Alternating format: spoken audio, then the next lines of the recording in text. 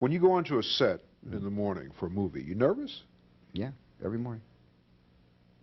Yeah. It's the same feeling I get going to work every morning as the feeling I got going to school every day.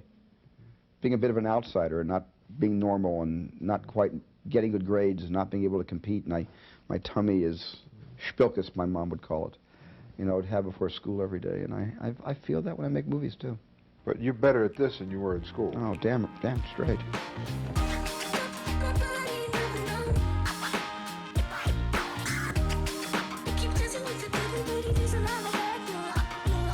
I took filmmaking's biggest and best names, decided which of their films are considered good by the film community, and determined who had the highest percentage of good films. I have a vague recollection of being scared by a policeman who was probably unjustly incarcerated at the time. I landed on 9 criteria, and each individual movie needed to clear 6 out of 9 to pass. Nice. Whichever director with a minimum of 8 features had the highest percentage of passing movies won. Here are the majority of the criteria, consisting of scores from a variety of film rating websites, a fairly wide combination of critic and audience perspectives. Now, to not make this just completely dry and scientific, I included one other criterion, my personal perspective as a film buff and critic. There's also one additional bonus criteria. If the film received an Academy Award nomination for Best Director, or if the director of the film received a nomination for Best Adapted or Original Screenplay, it could get an extra credit point. Thus, the best possible score a film could get is 10 out of 9. Let's get into the list, but first leave a comment on who you think the top 10 most consistently great filmmakers are, and see if your list matches what I got. Alright, let's go. That's my favorite guy right there. That's the guy, yeah. With a score of 61% of their movies passing, the 10th most consistently good filmmaker of all time is a pair of filmmakers, the Coen Brothers. I'm happy these guys made the list, they're all-time great talents. I actually reviewed Barton Fink a little while back, so check the description if you want to watch that. The Coens had 2 films get a 10 out of 9 and 3 films get a 9 out of 9. I'm not sure that I agree with you 100% on your police work there, Lil. Oh Brother, Where Art Thou was nearly a 10 out of 9, but it had a 69 Metacritic score rather than the required 70. They also had 1 0 out of 9, The Ladykillers.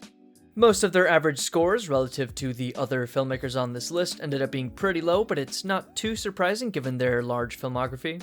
I didn't include The Tragedy of Macbeth, as that was done just by Joel Coen, but if you were to include it, their place on this list would not change. I need to know what I stand to win. Everything. How's that? You stand to win everything, call it. Moving on, the next filmmaker on this list, at number 9 with a 64% pass rating, is the one, the only, Martin Scorsese. Here's where I need to reiterate that this list is not a greatest filmmaker of all time list. On that list, Martin Scorsese is obviously going to be much higher. You did insult him a little bit, and okay, let it go. Okay. But despite the incredible heights that his career has obviously reached, he's made 25 films, which, spoilers, is the most amount of features made by one of the names on this list, so it's amazing that he's as consistent as he has been despite that huge filmography. Get the fuck out of here. For instance, Steven Spielberg is not on this list. With 33 features under his belt, he's sitting at 42%. So, while Scorsese isn't too high on this list, the fact that he's on it at all is an incredible achievement. You talking to me?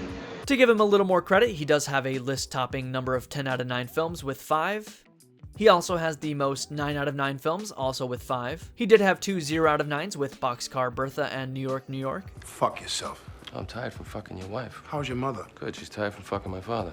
Unsurprisingly, none of his average scores placed him in the top 5 of any metric, and he also had a few near the very bottom of the list. Despite ranking kinda low for all of these averages, it should be made absolutely clear that Scorsese's heights put him well beyond the vast majority of any filmmaker, living or dead, but his filmography is just so big that his lesser films are bringing his averages down on this list. I want you to deal with your problems by becoming rich.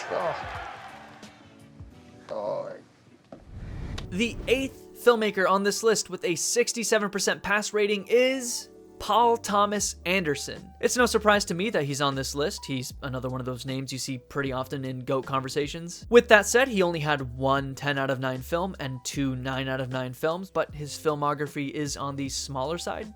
PTA scores were kind of all over the place, with some at or near the very top and others at or near the very bottom. I don't know what I'm doing here.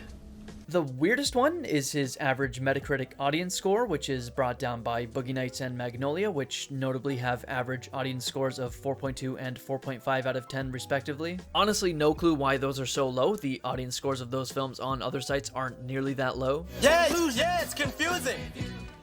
Thank you. The 7th most consistent filmmaker ever with a pass rating of 70% is Wes Anderson. Usually, I think the thing I don't really think about is at the beginning of a movie is whether or not people will care about this. While his style can be divisive, I think you'd be hard-pressed to find someone who thinks he makes actually bad movies. How dare you?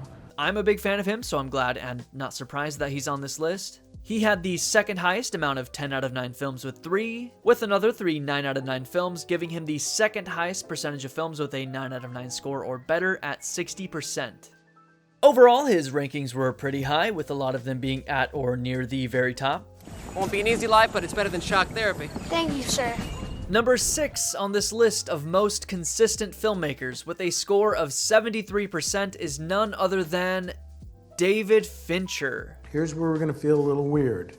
With just one 10 out of 9, The Social Network, one of my favorite films of all time, and 2 9 out of 9s, he had the lowest percentage of 9 out of 9 or better films at just 27%.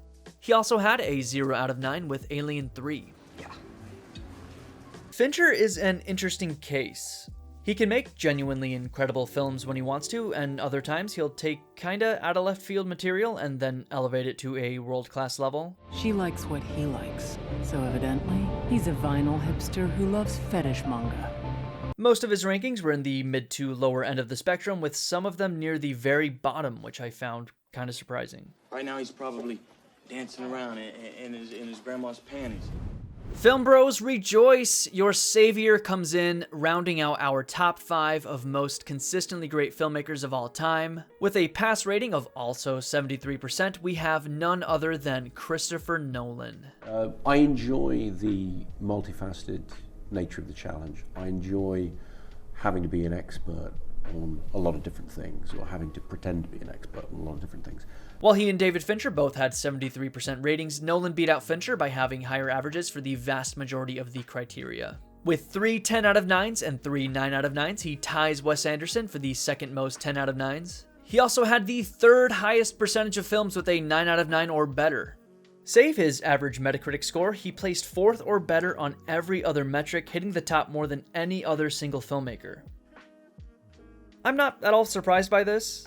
I'm somewhat of a Nolan apologist. I don't think he's the greatest filmmaker of all time or anything, but he makes solid and highly ambitious films that are usually accessible to general audiences. Everything I put into a film is based on the idea of me wanting to, pay my £10 and sit in a movie theatre and watch that on screen. And that's really where I try to stick to that initial impulse of making a film that I want to see as a filmgoer. The 4th most consistent filmmaker of all time with a score of 75% is James Cameron. He is the only filmmaker on this list without a single 10 out of 9. He did have 4 9 out of 9s, however, on top of 1 0 out of 9, Piranha 2: The Spawning. He's the credited director of that film, but he got fired a few weeks into shooting and didn't really end up directing most of it. He's said in the past that he doesn't consider Piranha 2 to be his first film, which presented me with a tough decision. Do I include Piranha 2, a movie he didn't really direct? Without Piranha 2, he only has 7 feature films under his belt, which would not qualify him for this list. With that said, I chose to keep it in because most lists I could find include it under his filmography. His stats were pretty abysmal, easily the single worst filmmaker in terms of average rankings. Still, most of his films passed, despite their low average rankings, placing him pretty high on this list. Hey, after this video is done, you can check out my reviews of his 2 Terminator films. Links in the description. The number 3 most consistent filmmaker of all time, also with a score of 75%, beating out Cameron by once again having a higher average rating for all of those criteria, is Alfonso Cuaron. With 2 10 out of 9s and 3 9 out of 9s, he had the highest percentage of films with a 9 out of 9 or better at 63%. Most of his rankings were in the middle of the pack, with a few reaching near the top and the bottom. I think he's a fantastic addition to this list, making really well-loved films like Roma, Gravity, Children of Men, Y tu mamá también, and the best Harry Potter film. Would he be this high on a greatest filmmakers of all time list? Probably not, but as for his consistency, his filmography speaks for itself. Now, before I list the top 2, who many of you are more than likely correctly guessing already, I wanted to go through a few honorable mentions. David Lynch and Denis Villeneuve both barely dodged this list. They both tied at 60%, with the 10th place on this list, the Coen Brothers, coming in at 61%. If you were to not include James Cameron on this list for the reasons we discussed, David Lynch would have been number 10, as he beat out Denis 5-4 on who had higher averages on the criteria. He took me upstairs, and he showed me these things called Wookiees. And now this headache is getting stronger. Terrence Malick was also pretty close at 55%. The second most consistent filmmaker of all time is the person who would get my personal vote for greatest to ever attempt the craft, Stanley Kubrick, with a 77% pass rating. It's really just his first 3 features that knock him down, with none of them passing. After that, his output is just absolutely incredible, with all of his films passing, snapping up 5 10 out of 9 films along the way, tying him with Scorsese for the most, with one other 9 out of 9 film. With that said, I want to walk you through this astonishing feat that Kubrick accomplished. His run from 1964 to 1987 is arguably the best streak of GOAT-tier films, one after the other. Starting with the fantastic Dr. Strangelove giving him his first 10 out of 9, he follows it with another 10 out of 9, 2001: A Space Odyssey, my personal favorite film of all time. After that, we get another 10 out of 9 with A Clockwork Orange, and then another 10 out of 9 with Barry Lyndon. 4 10 out of 9s in a row is an achievement no other filmmaker even comes close to. Scorsese and Wes Anderson both had 2 back-to-back, but that's it. The film that breaks that unbelievable streak? The Shining, which tragically only has a 66 out of 100 on Metacritic and none of the extra credit Oscar nominations, making it just an 8 out of 9. I know that the film's reception was somewhat mixed when it released, but it's widely considered to be one of the greatest ever today, and by all accounts, it should be a 10 out of 9 film. Then he casually follows The Shining with his 5th 10 out of 9, Full Metal Jacket. Maintaining that GOAT level of quality for that long is simply absurd. All that said, his average rankings were kind of all over the place. Some at or near the top, some near the bottom, and a few in the middle. And finally, we have reached the very top of our list. This person absolutely obliterated everyone else before them with a pass rating of 90%. So no, there hasn't yet been a filmmaker who has been perfectly consistent, but this person has gotten astronomically close. That filmmaker is the man, the myth, the unmatched foot-loving legend, Quentin Tarantino. I actually have a lot of different emotions. He had a more than respectable 3 10 out of 9s and 3 9 out of 9s, which tied him with Wes Anderson for the second highest percentage of 9 out of 9 or better films. Well, it's my job to ask you why you think that. And I'm you're very saying influential. no.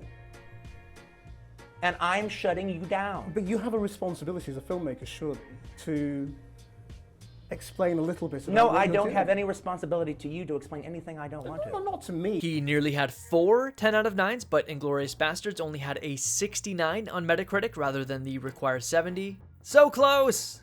Tarantino only had 1 film that didn't make the cut, Death Proof, hitting only 4 out of 9 of the criteria. Also, I know that Tarantino considers the Kill Bill films to be one movie, but for the sake of this list, I treated them as 2 movies as they were released as separate films. Either way, he would still be number 1 on this list regardless. Why the need for so much gruesome, graphic violence? Why not let us imagine Because it's so much fun, Jan. Get it? Tarantino had some really solid average rankings, usually at or near the top, and never getting below 5th. Not surprising at all for the most consistently good filmmaker of all time. And there it is! That's a list of most consistent filmmakers of all time. Do you agree with it? Do you not? Let me know your thoughts in the comments, and be sure to subscribe if you enjoyed the video. Thanks for watching.